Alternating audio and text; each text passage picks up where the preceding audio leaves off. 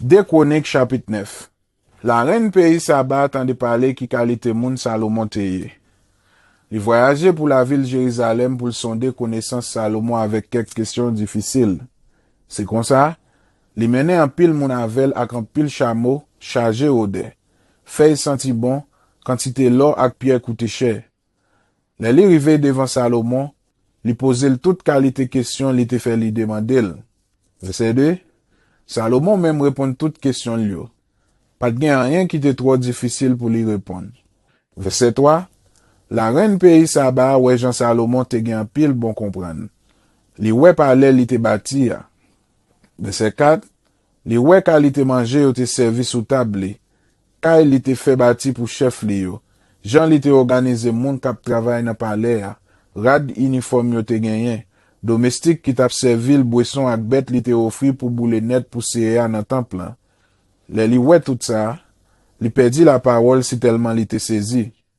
Verset 5, li di wa Salomon kon ça. Ça m'te tande nan pays m'sou ak sou bon comprendre nou an, c'était vrai.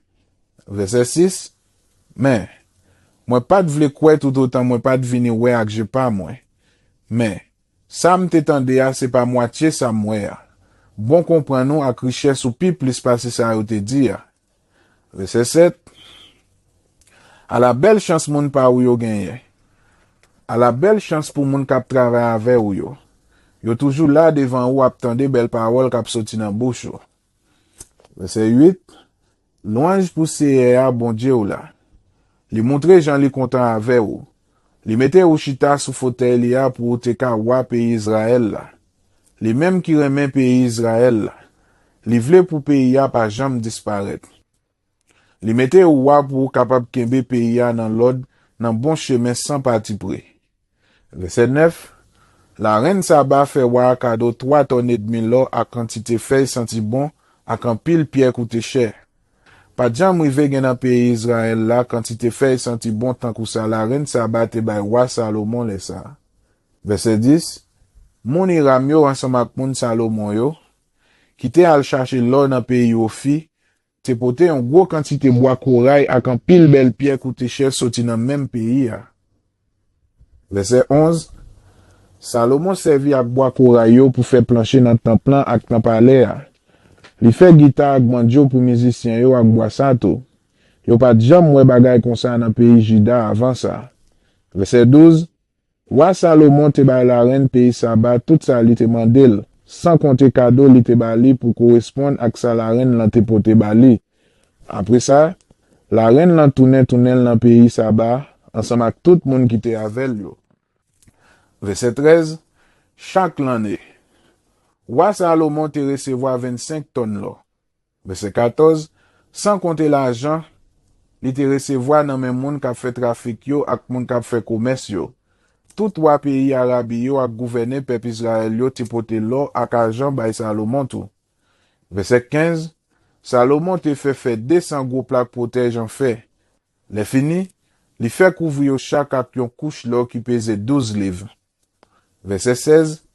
Li fait 300 plaques protège. Li fait couvrir yo chaque ak yon couche l'or qui pesait 6 livres. Li mette toute plaque protège sa yo dans salon rak bois pays Liban. Verset 17.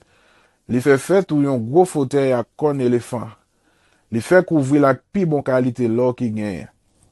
Verset 18. Pour rive bon fauteuil là, c'est pour te monter 6 marches escalier. Devant fauteuil là te gen yon ti ban en l'or pour wa longer pied.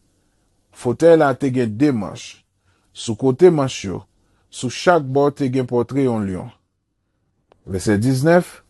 Te gen 12 lions sous chaque marche escalier yo, 2 sous chaque marche dans des pointes yo. Pas gen anken l'autre pays qui te gen yon fauteuil pour wa pareil ak ça. Verset 20. Tout gode wa Salomon te servi pour le bois te fait en l'or. Tout bagay qui te servi dans salon ak bois pays Liban te fait ak bon l'or. Yo pas te servi ak argent même, parce que sous rey Salomon, argent pas de vaut rien. Verset 21. Il te gen yon quantité bâtiment pal qui t'a voyagé aller dans pays Tarsis. C'est moun Iram yo qui te menen yo pou li. Chaque 3 ans, bâtiment yo te tourné chargé ak l'or, argent, kon éléphant, pan ak makak. Verset 22. Roi Salomon te pi riche passé tout l'autre roi yo. Il te gen plus bon comprendre passé yo tout. Verset 23. Tout roi tout partout te vin ouais Salomon pour tendre belles paroles bon Dieu te mette dans bouche li. Verset 24. Chaque monde qui te vini te pote cadeau pour lui. Bagay qui fait en argent ak en l'or. Rad, zam, feuille senti bon, choual ak millet. Chaque l'année c'était comme ça. Verset 25. Salomon te gen 4000 kay kote li te mette choual li yo ak chalage. Ak 12 000 choual pour soldats cavaliers li yo. Li mette en portion dans la ville kote li gen chal yo. Reste yo li mette yo la ville Jérusalem bo kote l. Verset 26. Salomon te seul chef sous tout roi qui t'a gouverné depuis la rivière l'Euphrate rive dans pays Philistie, jusque sous frontière pays l'Égypte. Verset 27. Pendant toute règle, agent te tankou roche la ville Jérusalem. Bois cette même, ou te joigne ça en quantité tankou pied sycomore dans rak bois, dans plein pays Juda yo. Verset 28. C'est dans pays l'Égypte ak dans tout l'autre pays Salomon te fait chercher choual li yo. Verset 29. Toute reste histoire Salomon, depuis premier jour, il était monté roi, arrivé jour dernier jour. Nous joignons li dans livre histoire prophète Nathan, dans livre message Akija, moun la ville Siloa, ak dans livre vision prophète Ido, qui te parlé sous roi Jéroboam petit Nebat là. Verset 30. Salomon te roi la ville Jérusalem. Il te gouverné tout peuple Israël là pendant 40 ans. Verset 31. Les mouri, yo enterré dans la ville David, papal. C'est Roboam petit li, qui monte roi dans place li.